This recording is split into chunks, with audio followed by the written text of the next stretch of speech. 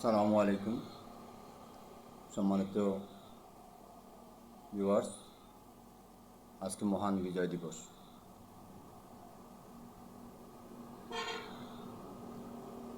এই বিজয় দিবসে 1971 সাল, 1952 সাল যারা বাসার জন্য, দেশের জন্য শহীদ হয়েছিলেন, আমি তাদেরকে শ্রদ্ধাভরে স্মরণ করছি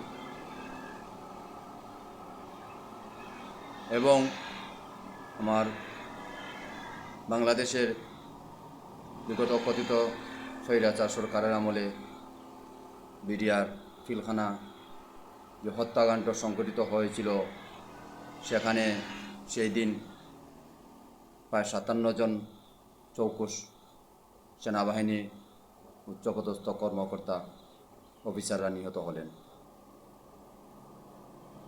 শহীদ হলেন।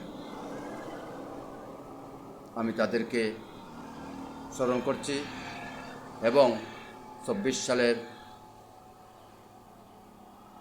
গণ অভ্যুত্থানের যে ভাইয়েরা, শহীদরা যে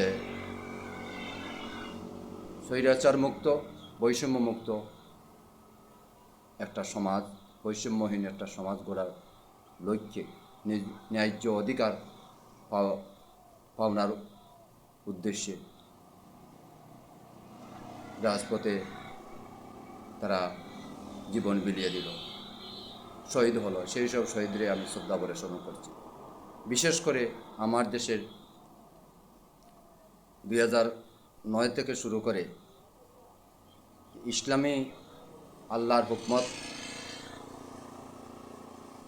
হুকমতের আন্দোলন, দিনের আন্দোলন করতে গিয়ে যারা অকাতরে জীবন বিলিয়ে দিলেন, শহীদ হলেন স্বৈরাচারের হাতে, সেই সব শহীদদেরকে আমি শ্রদ্ধাভরে স্মরণ করছি এবং তাদের মাগফিরাত কামনা করছি। এই শহীদদের প্রতি আমি সালাম জানাই।